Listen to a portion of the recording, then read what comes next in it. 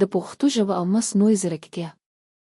مصنوعي ځيرکتيا د ژبپوهنې یوه ځانګړې څانګه لري چې د کمپیوټري ټکنالوژۍ په مرسته د انساني ژبو د پوهېدو چاره څېړي پروسس کوي او یوه ژبه چې څنګه ویل کېږي هغسې وایي.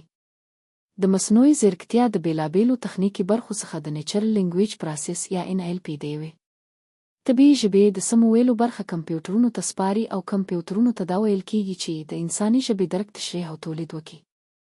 د پښتو ژبې په برخه کې د مصنوعي ځيرکتيا رول د نورو ژبو په شان خورا اغیزمن او مهم دی په دې چې تل په نړۍ کې د پښتو ژبې بډاینه د خلکو د متقابل تعامل نظریاتو او ملاتړ سره ممکنه ده. ننګونې سته خو د ټکنالوژۍ په ډګر کې د ګډو هڅو په مرسته د پښتو ژبه نوره پرمختللې او نړیواله کېدای سي.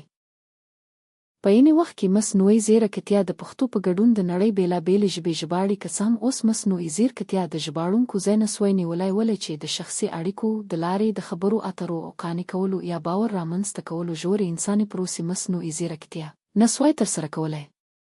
په پای کې د مصنوعي ځيرکتيا په مرسته د پښتو ژبې د پرمختګ دپاره په یوټیوب کې د نړیوال ټلویزیون د چینل او د فیسبوک د یارانو د پاڼې هلې ځلې د ستاینې وړ دی. موږ ټول باید د دې دواړو ټولنیزو رسنیو ملاتړ او مرسته وکړو. موږ د نړیوال ټلویزیون د چینل د سبسکرایب او ګډون کولو او د یارانو د پاڼې د فالو او تعقیبولو ترڅنګ د خپلو تبصرو په لیکلو سره مرسته او همکاري کولی سو.